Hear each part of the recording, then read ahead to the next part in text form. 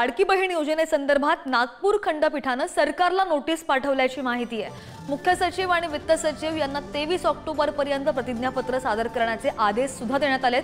सुनील केदार यांचे निकटवर्तीय अनिल वडपल्लीवारांची कोर्टामध्ये याचिका होती आणि आर्थिक स्थिती बिकट असताना मोफत योजना असा याचिकेमध्ये उल्लेख सुद्धा पाहायला मिळाला।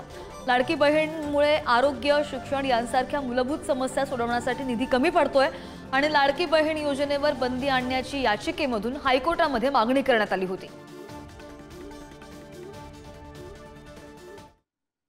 वळूयात पुढच्या बातमीकडे। आज मंत्रालयामध्ये राज्यमंत्री मंत्रिमंडळाची बैठक पार पडणार आहे आणि या आठवड्यामध्ये सलग दुसरी मॅरेथॉन कॅबिनेट बैठक पार पडते आहे। बैठकीमध्ये महत्त्वाचे निर्णय सुद्धा घेण्यात येणार आहेत आणि विविध घटकांना खुश करण्याचा राज्य सरकारचा प्रयत्नही असेल।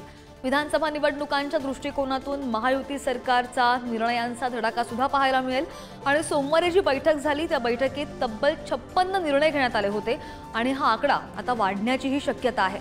या सलग बैठकांमुळे 12 ऑक्टोबर नंतर आचारसंहिता लागण्याची शक्यता वर्तवली जाते।